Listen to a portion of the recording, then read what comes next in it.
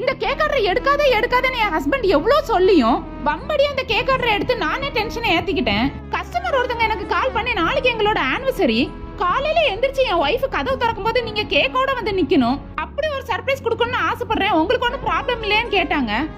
அவனுக்கு என்ன problem? Problem நமக்கு தானே. கஸ்டமர் நைட் ஒரு 9:30க்கு தான் எனக்கு கேக் ஆர்டரே கன்ஃபார்ம் பண்ணாங்க. அவ்வளவு சீக்கிரம் எப்படி காலையில டெலிவர் பண்ண முடியும்? வேண்டாம் என் ஹஸ்பண்ட் சொல்ல கேட்காம நானும் ஓகே சொல்லிட்டேன். நைட்டு கேக்க மட்டும் தான் பேக் பண்ணி வைக்க முடிஞ்சிச்சு. மார்னிங் கொஞ்சம் சீக்கிரமா எந்திரிச்சு கேக்க ரெடி பண்ணிட்டு இருக்கேன். பாதி ரெடி பண்ணிட்டு இருக்கும்போதே கஸ்டமர் கால் பண்ண ஆரம்பிச்சிட்டாங்க. ஐயோ, இன்னும் பாதி கேக் ரெடி பண்ணலன்னு அவசரமா கேக்க ரெடி பண்ணி எக்ஸாம் ஹால்ல 2 மினிட்ஸ் தான் இருக்குன்னு சொல்லும் போது நம்ம 16 மார்க் क्वेश्चन எப்படி எழுதுவோமோ அந்த மாதிரி ஸ்பீட்ல அவங்க சொன்ன வேர்டிங்ஸ கேக் மேல எழுதி வச்சு அவ்வளவு அவசரமா கேக்க ரெடி பண்ணி கஸ்டமர் கிட்ட கரெக்ட் டைம்ல கொண்டு போய் சர்ப்ரைஸ் பண்ணிட்டேன். இருந்தாலும் அவங்க ஹஸ்பண்ட் சொன்னது இன்னும் கொஞ்சம் சீக்கிரம் வந்திருக்கலாம் சிஸ்டர். இந்த அவமானம் உனக்கு தேவையா?